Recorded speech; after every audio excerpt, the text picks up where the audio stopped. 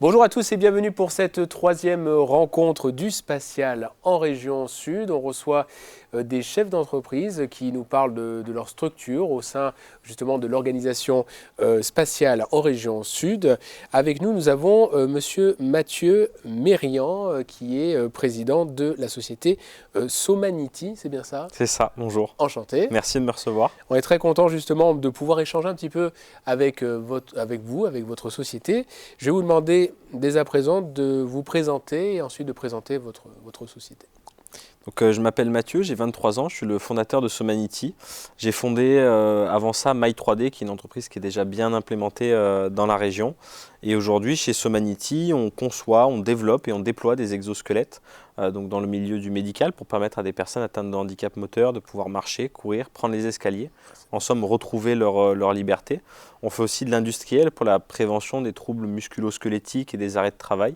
Et on fait aussi du spatial, du coup, d'où notre présence aujourd'hui avec un exosquelette qui fait de la génération de gravité dans le corps de l'astronaute pour éviter tout ce qui est les problèmes liés au retour sur Terre ou quand on va arriver sur Mars et que les astronautes n'auront pas de muscles ou peu de densité osseuse dû à des longs voyages spatiaux. Voilà, on perd en masse musculaire, c'est ça? Exactement, jusqu'à 30 à 40% de masse musculaire sur 2 à 3 mois dans l'espace. Alors quels sont les services que vous mettez à profit pour vos clients? Ça dépend du marché. Sur le médical, ça va être de la recherche appliquée sur certaines pathologies pour les hôpitaux.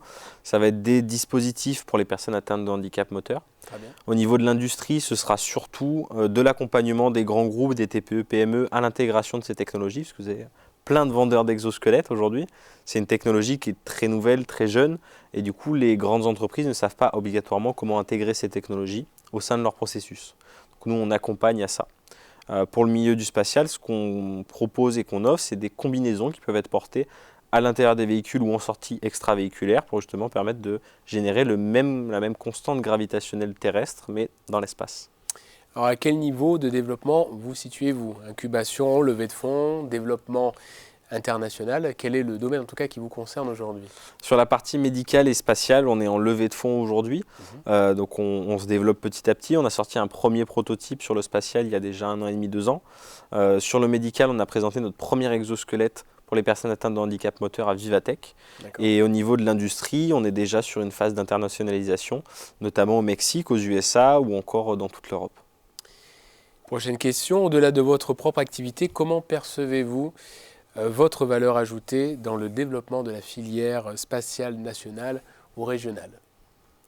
On essaie de s'inscrire dans quelque chose d'assez européen parce qu'au-delà d'être accompagné par le CNES, on est incubé par l'Agence spatiale européenne et on a vraiment cette volonté de pouvoir sécuriser les voyages spatiaux pour les gens qui iront sur la Lune, sur Mars ou qui vont rester dans des longs voyages comme sur la Station spatiale internationale en leur permettant d'éviter ces troubles musculaires et ces problèmes de perte de masse musculaire et de densité osseuse à l'arrivée sur des planètes comme Mars. Parce que aller sur Mars, prendre 6 mois pour faire le voyage et arriver sans pouvoir marcher, c'est un peu problématique. C'est dommage, oui. C'est dommage. Voilà. Et en plus de ces problèmes musculaires, on vient résoudre des problèmes cardiaques et vasculaires qui sont liés à ces effets de microgravité. C'est très intéressant, ça, c'est très futuriste. On essaye.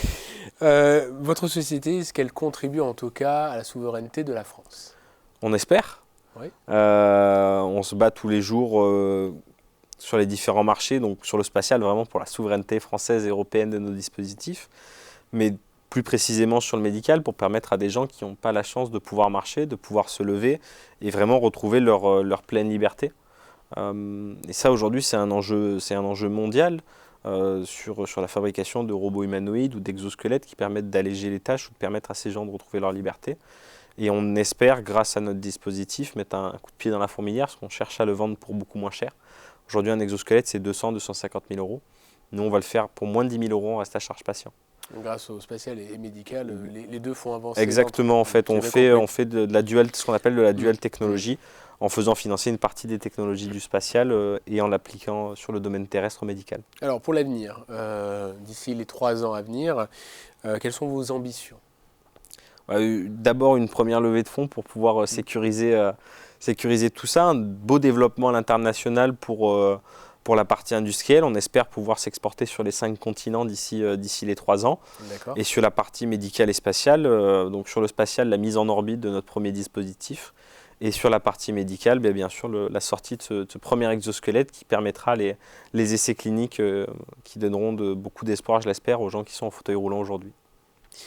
Dernière question, toute dernière, hein. Si le bon génie de nos sponsors, CNES et Cannes, vous accordait un vœu, quel serait ce vœu? Je pense de voir nos technologies d'exosquelette, qu'elles soient déployées par nous ou pas, mais qu'elles soient déployées. Parce qu'aujourd'hui, on a un réel retour sur les démonstrateurs qu'on a fait, sur la preuve que ça peut changer la vie de celles et ceux qui aujourd'hui n'ont pas d'accessibilité, qui sont en fauteuil roulant. Et je pense qu'au-delà du spatial et de l'industriel, c'est tout ce qu'on peut souhaiter. En tout cas, merci de nous avoir accordé un petit peu de temps. Merci à vous. Mathieu Mérian, président de la société Somanity. Merci.